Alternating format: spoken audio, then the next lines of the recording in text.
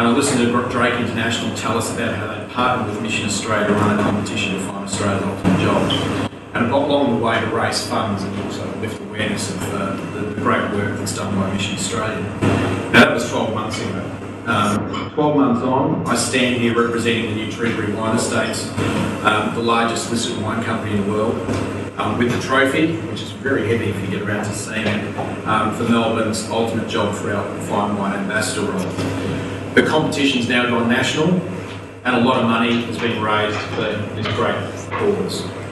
It's also put a lot of people in jobs, which I think is one of the great outcomes of this whole competition.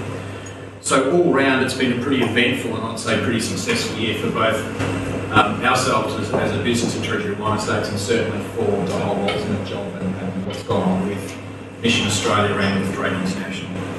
For TWE, winning the competition was great for the business, and it was great for all those involved. Being part of the team that worked on pulling all this together, it was great to actually have a cause that people would rally around, and actually being able to be competitive as a business versus business in Melbourne was quite good in a non-financial competitive play. It's always good to stand up and we beat you guys.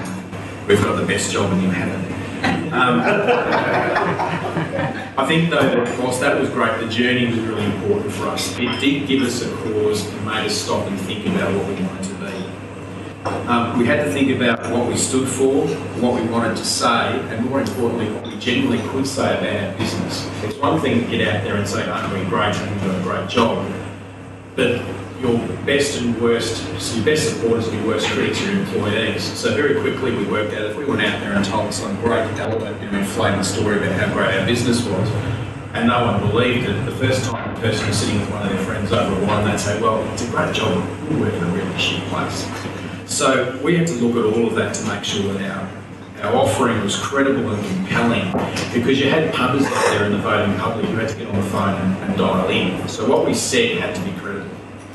We had to make sure that whatever we said was great for our prospective employees, or the candidates, the people who want to apply to the roles, and also to our existing employees. Selling great wines helped. I make no bones around that. Being able to say, would you like to work with Penfolds or Wolf Blass or Lindemans or Rosemount or Devil's Lair or Coldstream Hills or Seppelts every day really helped get people but we did have to take a hard look at ourselves, and that gave us some discussion internally about what we really stood for. And out of that discussion came some work that we've now put in place, and we could say to ourselves, we've got 1 foot in the vineyard, 1 foot in the boardroom, and we're the wine merchants of the world. And in line with this, we created a new term for our employees, vintrepreneurs. It sounds a little bit odd, but it does actually have some real meaning to us, and it means that it's somebody who's entrepreneurial and who's passionate about wine. And that got us thinking about, that's what our culture wants to be. You've got to be entrepreneurial and you've got to be passionate about wine to work for us. And that, I think, hopefully came through the work that we put together for the ultimate job. It made us think about what our employee brand proposition was going to be, and it was a catalyst to help pull a lot of that together. So today at Treasury Wine Estates, everybody's a vintrepreneur. So on my business card, I'm Mark Harty, vintrepreneur and HR director. We all have now a common theme that connects us. Whilst a lot has changed over the last 12 months, some things haven't. I think this is probably my serious part of what I want to talk about, is despite the efforts of Mission Australia and like-minded organisations, Australia continues to have an unacceptable level of people who are struggling in their everyday lives. Whether that be getting employment, whether it just be getting out of bed every day, whether it be housing, we still have an unacceptable level of those people struggling in our community. The ultimate job is a way that organisations can make a difference. Not only does the competition provide people with meaningful employment, it also helps raise funds and awareness of the work of Mission Australia. Participation in this competition is simply a no-brainer for businesses or any business that has a social conscience. There is no downside to participating in this competition. It's only upside. What struck me about last year's participants was that the competition also gave businesses an opportunity to highlight jobs that often wouldn't receive recognition they rightly deserve. I copped a bit of stick about this at work, but I continue to use this as an example. In last year's competition, for me, there was a standout job, and I think it came third in the standard voting. And it was a role that was at the Cerebral Palsy Education Centre. Here's a job that's sole purpose every day was to come to work to improve the lives of children who had lifelong challenges. That was their job, and every day these people made a difference. So to me, you know, we have the sexy jobs, and I thought about putting my hand up for the job of being Maya's personal shopper and working with Jess. My wife wasn't particularly impressed when I started to fill out my resume. She said, "No, you're not a particularly good husband, so how can you be a particular personal shopper?"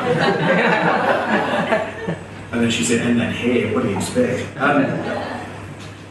But to me, the ultimate job provided an avenue for that great job to be showcased in the public, and for at least that organisation to get some recognition for the sort of work that it does.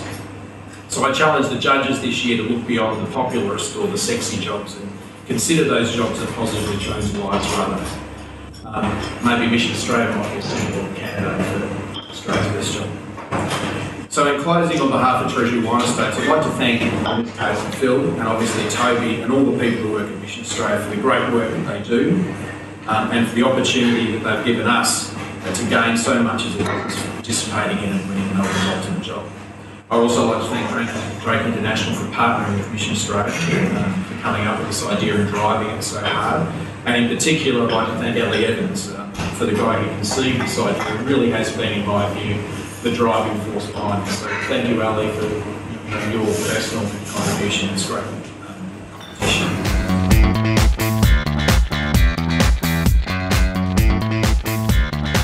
Well, it's fantastic to see everyone this morning. It's well done, Ali. Second year. Just want to wrap it up and say good luck, everyone. You're standing at the moment in a very special place. You've heard the acknowledgements this morning. Charcoal Lane is an amazing partnership between government, business and the community. We think working here at Charcoal Lane is one of the ultimate jobs. For those of you who haven't seen upstairs, we have a beautiful training kitchen. I'd love to take you upstairs and explain more about what we do in this whole place. It's something that most customers don't get to see. But I really just want to wrap it up and say, well done, Ali. There were some great jobs that came out last year. We're looking forward to looking at the jobs this year and you supporting us. It's great that the Premier couldn't be here. That means I didn't have to wear a tie this morning. For me, it's probably one of the few times that we actually get some creativity around government and business partners, because I know that the government is very keen to also participate. So well done you, thanks everyone for coming, and I wish you good luck.